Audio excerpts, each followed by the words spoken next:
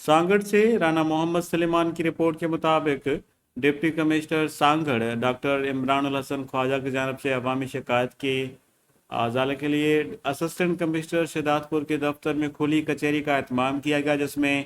शहदादपुर और गिरदुनवा के अफराद ने अपने मसाइल बयान किए, जिनमें deputy commissioner Sanghar doctor Imran Hasan Khwaja ने मौके पर मसाइल हल किए और कुछ इंतज़ामी मसाइल थे जिन्हें जल्द हल करने की यकीन दहानी करवाई गई।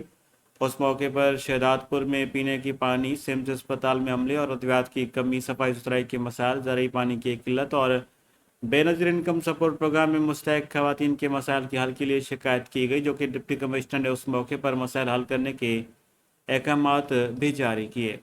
उस मौके पर रहनुमा पाकिस्तान पीपल्स पार्टी अब्दुल रहीम थईम, असिस्टेंट कमिश्नर शहदादपुर कमरदीन राहपुर समेत तमाम महकमों के अफसरान भी मौजूद थे।